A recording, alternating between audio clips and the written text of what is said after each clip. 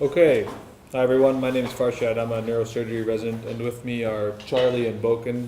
They are programmers from the Department of Electrical and Computer Engineering, and we are group iHear. We've essentially created an application that allows for portable, objective tests of hearing function in patients with brain tumors. So by way of background, I think intuitively everybody knows that a brain tumor is a bad thing. Brain tumors are actually very common. There's 1 million patients in North America who live with a brain tumor right now, and every year there's 100,000 new patients who get diagnosed with a brain tumor. And brain tumors are devastating because they affect the very functions that make us human beings. One of those functions that they affect is hearing. Tumors that affect hearing function in patients are usually large and in the center parts of the brain, which makes surgery very high risk because there's arteries and veins that are close by that if they get damaged have very detrimental consequences. On the flip side, surgery can be helpful for patients who have these tumors if there's hearing function that's left to preserve. The challenge is that it's very difficult for patients to be able to articulate whether or not they think that their hearing is getting worse subjectively. Now, thankfully, there are objective tests of hearing. These are called audiograms, and I'm showing you an audiogram here. It's basically a graph that shows you the decibels, or the volume at which you're able to hear different frequencies of sound. In a normal audiogram, you usually have ranges between 0 and 20 decibels for your minimum ability to hear different frequencies. The challenge in Ontario for adults is that you can only really get these testing if it's ordered by a physician, and it's only funded to have one test per year by the government. So really, at present right now, we're making decisions about whether or not patients would benefit from surgery based on very infrequent objective data. And that's really what's inspired our application, or our app, to be able to create an app that will facilitate frequent tests of hearing for patients with brain tumors by providing a digitized handheld audiogram. So we'll show you how the demo works, and for the demo I want you to meet Charlie. Charlie is a 30-year-old patient with a brain tumor. He's seen his surgeon, and his surgeon has told him he's too young for surgery now, but he could consider surgery later if his hearing gets worse. He's had an audiogram that's been funded by the government, which does demonstrate that there's probably some hearing loss in his left ear. His right ear is pretty good, but overall it's not that bad. Now, what should Charlie do in about 5 months' time if he thinks that his hearing is getting worse? Well, currently there is nothing he can do. He waits 7 months and he gets another audiogram, and then he goes and sees a surgeon, and they'll see if surgery would be beneficial for him. But with our application, Charlie, at the convenience of his own home, can test his hearing within 7 minutes. Meet Charlie. Let me test my hearing using this app. Oh, the first page is asking me why did I want to take the test. I think because my hearing is worse. And this page is asking me which ear did I have problem hearing. I think it's left ear. And in this page, he's asking me to plug in the headphones. And also asking me to tune the volume to the maximum. Let me try it. Oh, it pops out the button. Then I'll press the button. So this is the ambient noise detector on the application. So essentially the application uses the phone's microphone to detect the volume of ambient noise. And what you'll be able to see is that when the volume of ambient noise is very high, above 50 decibels, there's going to be a warning on the screen that says the volume is very high, find a quieter area, and this can affect the results. This ambient noise detector will run in the background of the whole application, and if it ever reaches a high point, it'll pause the test results. So for the purpose of the demonstration, so that there's no interruptions, Charlie's going to put the ambient noise detector in demo mode. So I think the environment is quiet enough to let me to go to the next page. So this is the positive control scheme. Essentially, we have to make sure that Charlie's headphones are working properly, that proper sound is going to get produced. So Charlie's going to play a noise, and he has to a sound or word. He has to choose the correct word in order to continue on to the next screen. Let me hear what is the word. Church. Oh, church. I'll press the second button. And so now we're at the meat of the testing. He's passed his positive control testing. He's going to now test his hearing. Once he presses play, a sound of a given frequency is going to be played. And when Charlie's able to hear the sound, he's going to press and hold the purple button in the center of the screen. When he does that, the volume will gradually decrease in loudness. It'll become softer. And when he can no longer hear it, he will let go of the button. And then that will after that, it'll randomly test the next frequency. Let me start the test by pressing the play button. Oh, I can hear the sound. I'll press it. I'm no longer hearing the sounds. I'll release it. I can hear the sound again. I press it.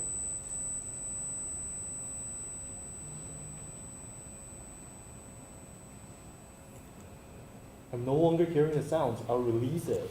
So now Charlie's not going to answer. You're going to notice the sound's going to become louder and louder and louder. I hear it. I press it. Then when he presses and holds it, the sound will get softer and softer and softer. When he no longer can hear it, he will let go of the button. I think I'm no longer hearing the sounds. I'll release the button. So now to expedite it, he's not going to answer the rest of the I hear the button. results so truthfully. It's going to be very loud when he answers. Oh, I hear it again. I hear it again. Great. Oh, I have a severe hearing loss. Have to see the doctor. So normally you would test the left and the right ear independently. For the demo mode, we're only testing one ear. If the right ear wasn't tested, we've artificially entered the numbers in blue here. And this is the results of his current audiogram of his left ear. So when he answered the correct frequencies, he had pretty good results. And then when he kind of fabricated the results, they were pretty poor results. You'll notice in the background there's a faint line. That's his previous test that he did. So previously he had a good test. He no longer has a good test. It also takes the input from the two questions he answered at the beginning, why you tested and which ear was worse. It displays it up here. And it then shows you in contrast to your subjective data what the objective data shows. So we'll now move on to the structure. So, okay, I will briefly go through the structure of our application by reviewing the block diagram we used to build the application. So we have controller to handle the interaction between user and application. This includes the pretest questions, positive control, ambient noise detection, volume calibration, and it also collect user response. So as part of the controller, the ambient noise detection is also going to run in the background throughout the entire test. This is the noise detection. So we also have audio system generates volume sounds based on the user response. And for the display, the lowest decibel value that the user responds is going to be recorded and displayed in the audiogram for left and right ears separately. And we're also going to store the previous data in the database. So we're quite happy with the degree of progress we made, but of course there's a lot of work that can be done in the future. One of the things we thought of is that we can make the user display screen, the audiogram result screen, a bit interactive, so that if the user puts their pointer over top or their finger over top of the previous score, it'll tell you exactly what decibel it was, and it'll also tell you the previous history of scores that you've had there. We also thought, based on suggestions actually from the peer reviews, that there could be a function to forward the results to your physician, or for example, if there's a deep learning model that's incorporated in this, it could clearly see that there's a difference from your previous results and you should fast forward this to your physicians. We want to validate this against a gold standard. We're showing you here our result from the audiogram and a gold standard audiogram. It's not perfect, but it's not that bad. And then we'll have to calibrate it for multiple devices. So we learned two things. One is we need to involve the stakeholders earlier, such as the audiologist and the patient. And the other second lesson is Murphy's Law is always true. If something can go wrong, it will go wrong. So for example, we didn't practice for our Spiral 4 and we had some trouble. And if we were to take the course again, we will prevent this happen and make sure that we practice every presentation. Thank you very much.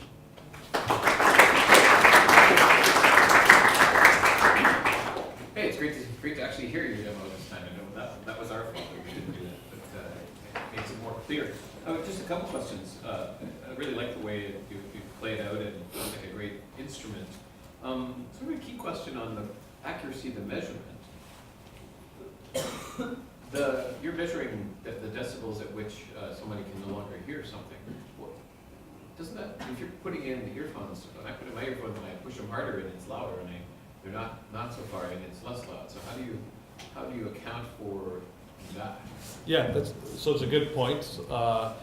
Essentially, what is done clinically is you use noise canceling headphones so that they go around your ear, and then you don't have this problem of whether it's on correctly or not. It's in and around your ear. But if you use an ear pod, yeah, you're right. If you don't really fully put in your ear, you're not going to have the maximal results.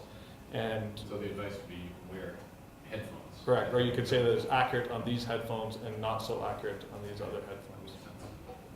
And I was just curious, you explicitly chose to measure the disappearance of the sound.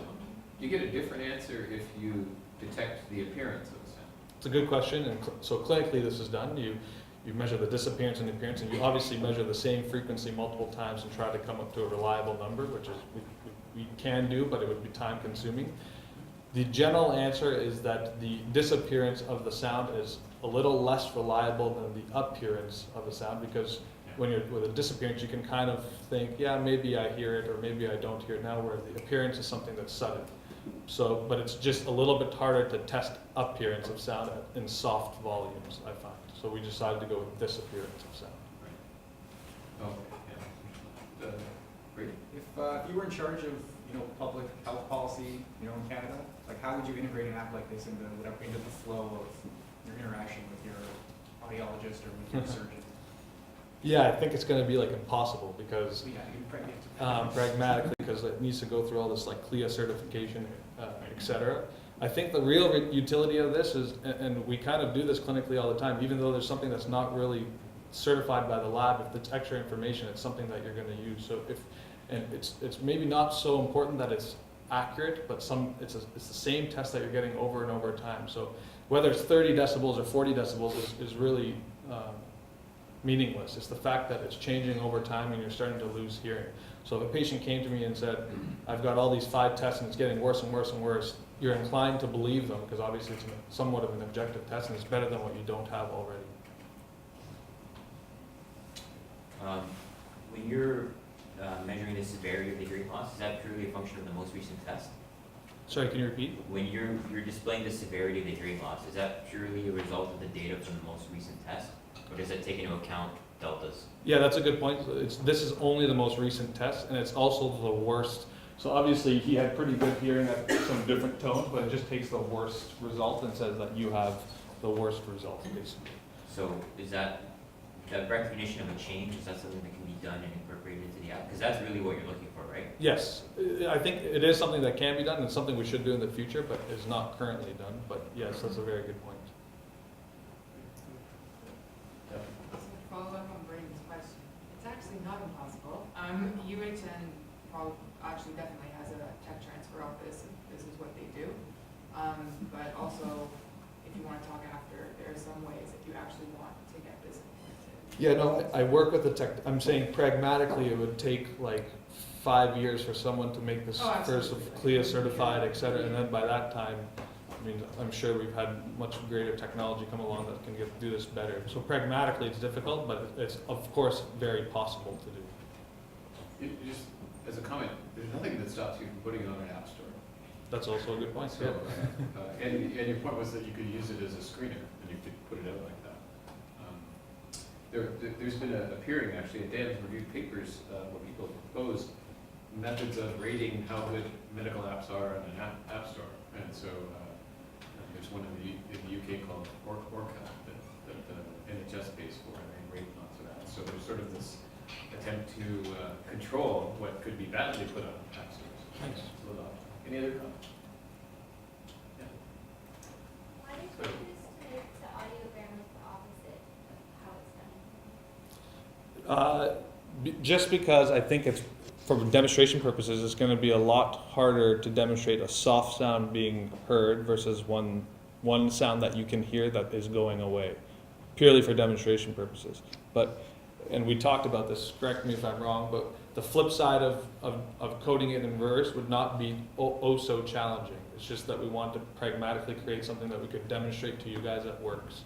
Because whether you hear at 0 or 20 decibels is not really much of a difference as normal hearing, but if I can hear something at 0 and you can't hear it, you're just not going to be able to see that the test is actually working. Whereas the opposite, you'll be able to hear it and then you won't be able to hear it for a while, and so you can actually see that the test works. That's the only reason. So in case we have hearing loss, basically. Yeah, or I have hearing loss, or he has hearing loss, yes. Great.